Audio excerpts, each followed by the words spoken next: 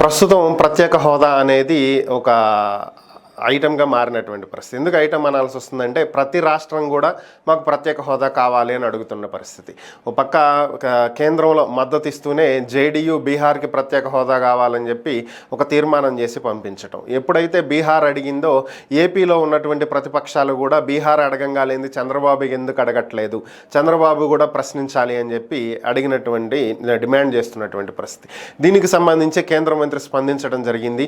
ప్రత్యేక హోదా అనేది దేశంలో ఉన్నటువంటి ఏ రాష్ట్రానికి కూడా ఇచ్చే ప్రసక్తే లేదు, ఏ ఒక్క రాష్ట్రానికి కూడా ఇవ్వము. దీనికి సంబంధించి నీతి ఆయోగ్ స్పష్టమైనటువంటి మార్గదర్శకాలు ఇవ్వటం జరిగింది. దేశంలో ఏ రాష్ట్రానికి కూడా ప్రత్యేక హోదా ఇవ్వవద్దు అని చెప్పి నీతి ఆయోగ్ తేల్చి చెప్పడం జరిగింది.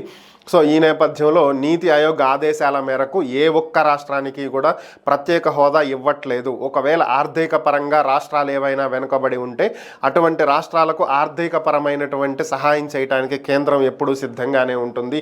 బీహార్ ప్రత్యేక హోదా అడుగుతున్నటువంటి నేపథ్యంలో బీహార్ అభివృద్ధి కోసం ఆ రాష్ట్రానికి ప్రత్యేకంగా నిధులు కేటాయించటం కానీ లేదంటే ప్రత్యేకంగా ఆర్థిక సహాయం చేయటానికి కానీ రాష్ట్ర అభివృద్ధికి ప్రధాని నరేంద్ర మోడీ కట్టుబడి ఉన్నారని, అంతే తప్ప బీహార్కే కాదు దేశంలో ఉన్న వేరే ఏ ఇతర రాష్ట్రానికి కూడా ప్రత్యేక హోదా ఇవ్వబడదు అని చెప్పి తేల్చి చెప్పేశారు. సో ఈ నేపథ్యంలో ఏపీకి ప్రత్యేక హోదా రావటం అనేది ఇక జరగదు అనేది క్లారిటీగా అర్థమైపోయినటువంటి పరిస్థితి.